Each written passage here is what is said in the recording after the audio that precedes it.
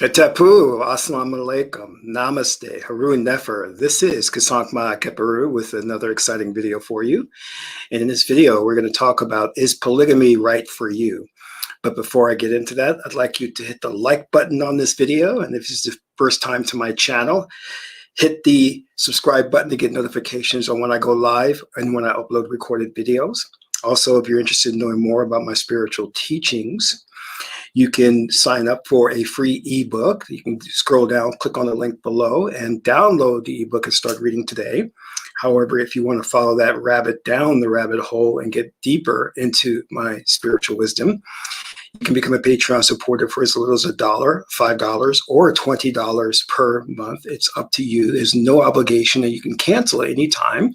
You will get exclusive access to instructional videos on the esoteric, how to meditate, proper breathing exercises, Qigong, how to read the oracles, how to do self-hypnosis to curb your overeating or your smoking addiction, and so much more. So become a Patreon supporter today.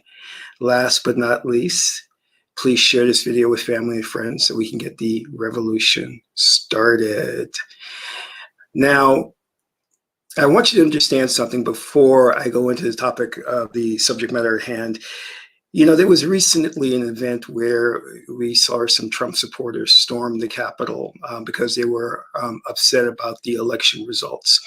So when I talk about the revolution and getting things started, I want you to understand that there are many ways to enact a revolution. And unfortunately, because we're living in this Western society, which equates everything to physical means and measures, we think that there are certain factions think that storming the Capitol is okay. You must understand that that God in his supreme or her supreme wisdom and knowledge made us all interdependent and interrelated with each other. So a single thought can be a very, very powerful thing where it reverberates and it can connect many, many people. In fact, the I-ching talks about that. It talks about getting behind an idea, a thought that will influence the people. You see, we don't have to start a physical revolution. What we need to do is start thinking differently, because when you think differently, it affects what we call the collective consciousness. And it spreads like a virus, and people will be influenced near and far, and they will align with one another to make a change. And that change will come through two means and measures, which is a physical change where we will shift vibrationally to a new parallel reality, one that's conducive to our liking. The other thing is we internally will change. And we will become united. You see, the ruling elite nurtures the ego because they know that the ego separates them. When you nullify the ego, when you destroy it, you make direct contact with 5D, which means that we are all connected.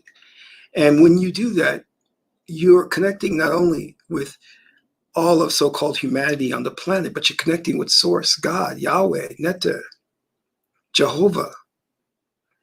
And when you have that connection, it is a profound feeling. And it changes people. And that is what the ruling elite fear, is that change.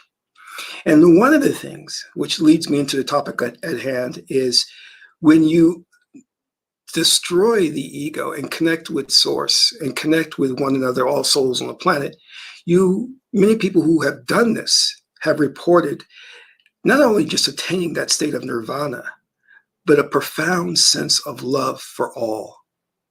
And that is the one thing that can destroy the ruling elite's plan, because that transcends race, gender, political ideology, and it unites us all. So let's talk about this subject. Is polygamy right for you? I find it very interesting that many of us who want to follow in the tradition of our ancestors and practice traditional religions like Santeria, Yoruba, the Kemetic spiritual system, Voodoo, we tend to gravitate toward those religious practices and ideology but we're very selective in how we go about it. In other words, we pick and choose what we're going to follow. For example, in many traditional religions, oracles were a big part of that. But you'll see people who profess to be Kemetic practitioners who don't follow the oracles, which is basically the word of God. And then which leads me to the subject is that many of these religions endorse polygamy, a man being married to more than one wife. But we selectively remove that from the practice because it goes against our Western programming. And Hollywood and the major educational institutions have done a great job of brainwashing us to make it seem like the practice of having more than one wife, meditation, oracles are wrong, they're evil, they're remnants of a primitive people. But that is all programming. When I began to study the Kemetic religion, I read a book on African religion. And it was so profound that it kind of changed my whole perspective on things, because in that book, it really illuminated the rationale behind why certain things were done, like the drums, the different gods and goddesses or deities, rituals, trance. Why was all of those things embedded in the religion? And I got a kind of behind the scenes look of the purpose of those things and why they were important. And it really made me understand that our ancestors understood the universe and how the universe worked, and understood high science. In Western society, our progress has been retarded. We have been pulled back. And in fact, one of the goals of the higher learning institutions is to dumb down society, not actually educate society. And I can go into a lot of reasons why I improved that. But I want you to understand that what is taking place right now is all about programming. And there is a certain amount of trust that you have to have in our ancestors, in our culture, to know that we had it right. We weren't primitive. We weren't backwards. And those people who sit in Christian churches, who practice Islam, will one day have to come to terms with the fact that nothing wrong with what they've been following, but they who actively vilify traditional religions will have a price to pay for what they have done. You see, traditional African religions have never vilified Christianity and Islam and Catholicism and Judaism. But all of those religions have acted in concert to try and destroy traditional African religions and way of life. And you could actively see this during the Middle Ages, when we had the witch hunts, that these women were persecuted for practicing Wiccan, which comes out of Africa. And the first priests were the priestesses, the women, because they were right brain and they could connect with source and connect directly with God. And these African women were passing on a tradition. And when it reached Europe, so afraid was the patriarchy that it tried to destroy these women, because it knew that if it allowed these women to practice those traditional ideas, it would give rise to a new and better society. Because the goal of the cabal, the ruling elite at that time, was to destroy higher knowledge, which is why they tried to destroy the great libraries, the Library of Alexandria and so forth. And there was an effort to put the planet in darkness. So when I read that African book, it really changed my perspective. And one of the things that I did from that point on, and my brother had taken ill during a time, and I started to really start to look into certain things that were going on in our community. And this was in the late 90s. And one of the things that I began to see, and let me start out by saying this, I am not in any way passing judgment or saying that anyone's lifestyle is wrong. That's not what I'm going to do, or that's not my intention, but it merely is to state some facts. I started doing research into these enclaves, or this whole underworld, and I began to see that there were these things such as swinging, orgies, and this is besides like the porn adult industry, that there was this underworld of gay, big gay sex rings and things of that nature. And what I saw was that what they were doing, a lot of them were practicing unsafe sex, using drugs to enhance the experience, drugs and alcohol, which leads to a lot of things. And these things still continue on even today. This whole entire underworld that's going on.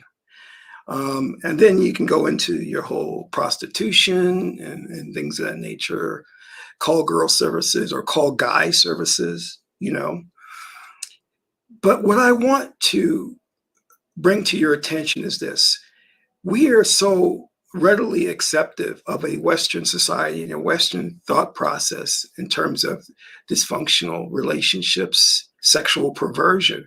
But when it comes to something that is organized and under the guise of spirituality as polygamy, it is automatically met with rejection and despise. But yet these enclaves, this underworld of sexual dysfunction, depravity, and things of that nature are allowed to thrive. I mean, not publicly talked about, but they thrive. And I mean, I really got deep into the research and understanding how they incorporated the drugs into this. And one of the practitioners of this type of dysfunctional behavior was Aleister Crowley, who's openly gay, and combined drugs, alcohol with sex, and also rituals to contact certain spirits. But in the end, it was to his detriment. He died penniless, even though he came from a very affluent family. And he never achieved that spiritual enlightenment that he sought. So what I want to tell you is this. When we have something that comes along and that's promoted in society like monogamy, which is nothing wrong with that. But when we have these traditional ways of life that has helped our people to thrive and our ancestors to make it through slavery and things of that nature, we should not just cast these things away. One of the best relationship structures you can get into is polygamy, for men and for women. Unfortunately, many men who don't understand the benefits of it, and because they've been warped by Western society, thinks it's a way to have a menage a trois, whatever, or get it on with more than one woman. But that is not the purpose to it. There was a reason why this came about. And we look in traditional Africa, there's different reasons. One of them was that when the different nations or tribes would go to war, men would die, and there was a shortage of men. And if a woman's man died during a war, she was left with no one to take care of her. So the best arrangement would be to have her marry another man in the community who could support and sustain her and her children. And this gave rise to polygamy. And it functioned well. Men would go to war, battle, some would die. Those women who lost their mates would marry, and they would have a sister wife. They'd be the second or third wife. And the children would be integrated into the family unit, and the male would have to provide for his wives. You see, he just wasn't taking these women in for sexual pleasure. He would have to provide for them and prove that he would have to provide for them. In many cases, especially during arranged marriages, the man would have to present a dowry to the woman and her family to prove that he was financially capable of supporting her. So these structures, and giving you a look behind the scenes, served a specific purpose and helped the nation to thrive and grow. But here we're engaged in sexual depravity and in WAP culture, as Nicki Minaj talks about it. And that's okay. But when you mention polygamy, then there's a problem with that. And polygamous relationships are some of the most organized and structured relationships. Everyone has a purpose. The wives are taking care of the children. And in fact, just from my example, that I often take kids in and take care of them and spend financially on them, even though they're not my kids or from my blood. This is because I was taught and brought up in a spiritual community where it was seen that we're all family. And even though these children are not directly related to me by blood, they're still my kids. And I give to the mothers money to support these kids, to help them. And this comes out of the polygamous structure, the understanding that the wives and the sister wives have kids. And even though one woman, she will have a sister wife and those kids will not be hers directly, she still is responsible for them. She still takes care of them. She still raises them. And the kids will call her Moot, meaning mother. See, in Africa, you could not ascend to be a king or an emperor unless you proved that you had a successful family, because the family was seen as a microcosm of the macrocosm. Because if you could have a happy relationship with your wives and your children, and they were all financially taken care of and healthy, then they could see you as a prime contender or prospect for kingship. How is it that we can celebrate WAP culture? We can celebrate sexual depravity and dysfunctionalism, but when something like polygamy comes along, a lot of women go, no, I'm not sharing my man. There are two deities that I want to give praise to, and the first is Maat. And Maat is God's love. Maat is giving, seeking nothing in return. Maat is sharing. When you're in a polygamous relationship, you understand that love is beyond the physical. Love is sharing. And for the man, that love is sharing is love for his wives. And for the wives, that means, that they will have to share that man and not be jealous and not be envious of one another. And it's a way of spiritually growing beyond the human frailties that we possess from being socially engineered. And then comes Het-Heru, the goddess Het-Heru, who brings joy into our lives. And Het-Heru teaches us that joy comes from within. That even though, for example, hypothetically, I may take 2 or 3 wives, it doesn't necessarily mean that I'm physically attracted to all of them. That is important, but it doesn't mean that. Because physical attraction also is a programming mechanism. It comes from within. It's a joy that comes from within. You can actually turn that on and turn it off through the process of trance, of meditation. This is what we practice in ancient times. See, when you are a man who has spiritually grown to come into your God state as Oser, you understand that if I am taking 2 or 3 wives, I have a responsibility to take care of them financially and emotionally. And I can't favor one over the other. And then I have to grow to understand what true love means, what love means. Giving, seeking nothing in return, unrequited. Can you deal with that? And women have to understand, can I share this man? Because we're building a community here. We're building something here.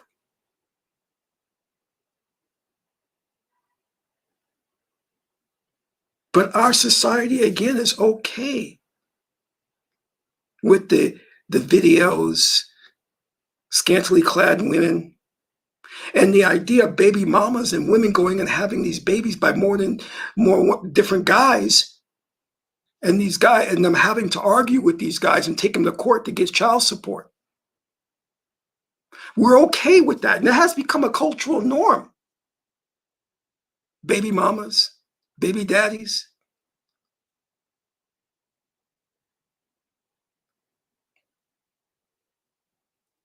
But if we had taken it upon ourselves to put in place a spiritual structure of polygamy, where it holds the men and women accountable for things. And more importantly, what it does is it trains men how to be men. It trains them and holds them accountable.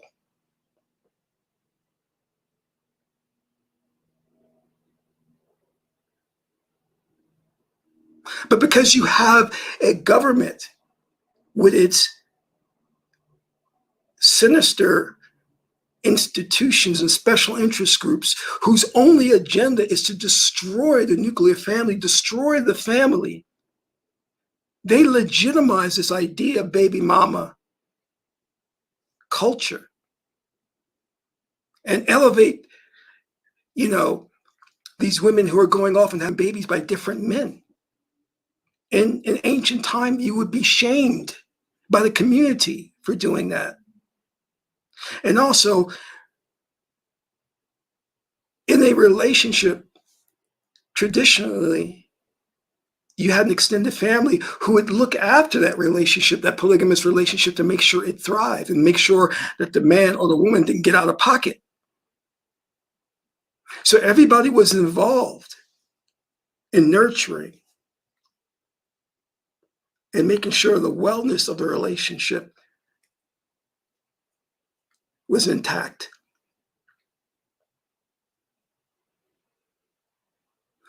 Now, I'm not here to say that it's best for you, that you should get into a polygamous relationship. This is the way to go. That's a personal decision, and that's something you may need to go to the oracles on. But what I'm trying to do, I guess my purpose in this is to say, listen, we have been conditioned by a media,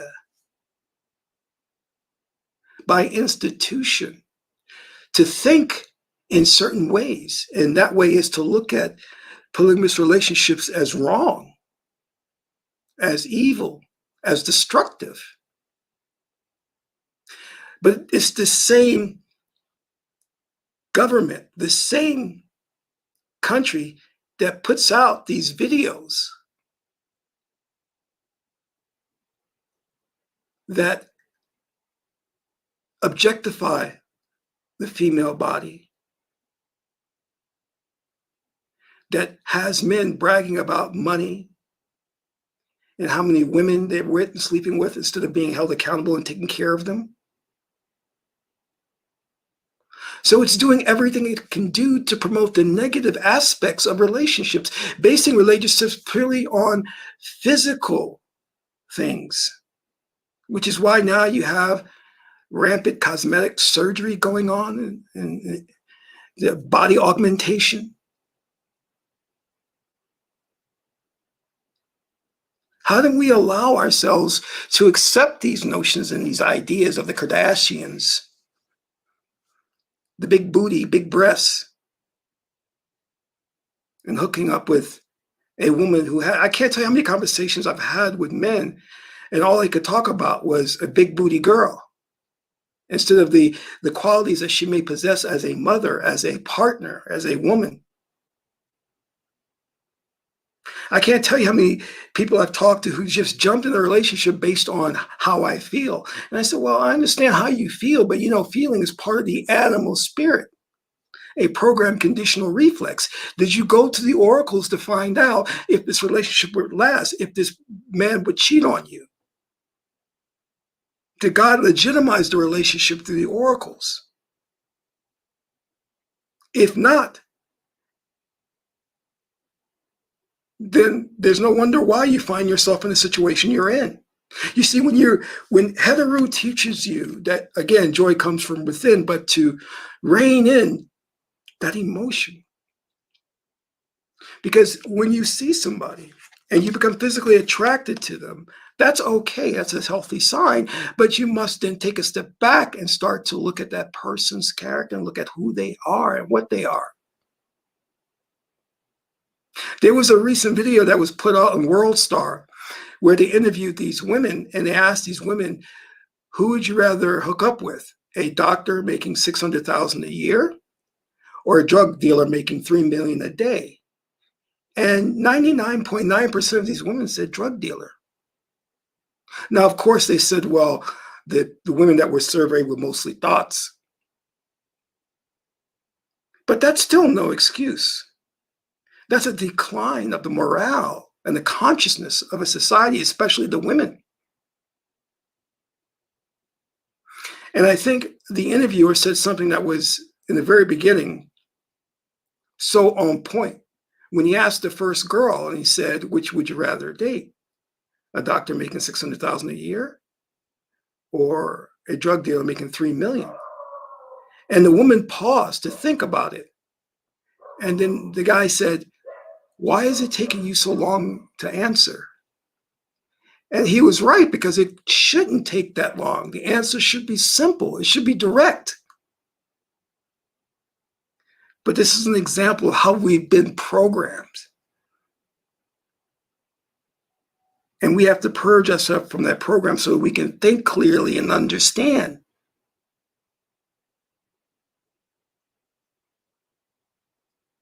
And the society is making it seem like you don't have to be accountable. You can do what you want. And under the guise of feminism, they're trying to, what they say is liberate women, but what they really want to do is destroy the family by giving women notions of standards for men that no one could possibly meet. Oh, he has to be 6 feet tall, make at least $800,000 a year, be light-skinned, have a six-pack abs. Ridiculous standards. And they make it so that women can never be happy because they've fed them ideas on what relationships are supposed to be about, which is opposite of what the truth is. This is why you have your Nicki Minaj's, to program women, to warp their sense of right and wrong and their sense of what love is and what a man is. That's her role. That's why she is in the industry. That's why she was selected to do the bidding of the ruling elite, to put out the mass programming. This is why you have your Kardashians, so that both men and women can look at the shows and get a warped sense of what a relationship or what a family should be about. And then when something comes along that's traditional and that your ancestors have been practicing for thousands of years, polygamy, you who have based your whole entire world off physicality, materialism, emotionalism, want to talk about how bad polygamy is and how wrong it is, when you have not yet really explored what it's all about, which is sharing, which is about real love, which is about accountability, which is about raising a family to prepare that family to go into a community and to become a community and to become a nation of functional, literate, intelligent people. But that's not what we're producing now.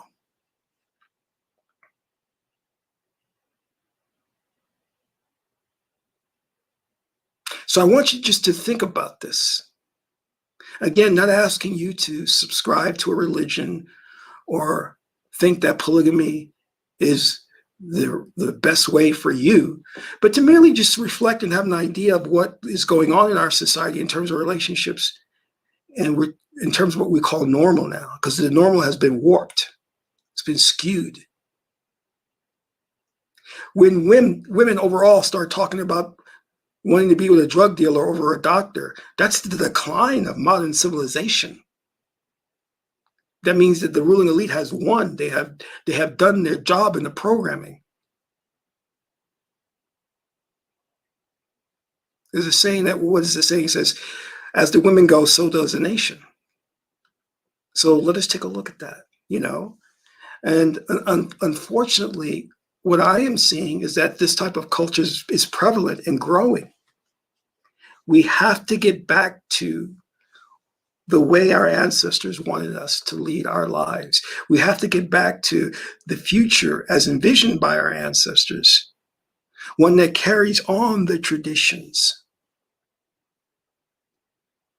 See, the Christians and the Muslims will want you to think that they have the best religion, that they have the best practice.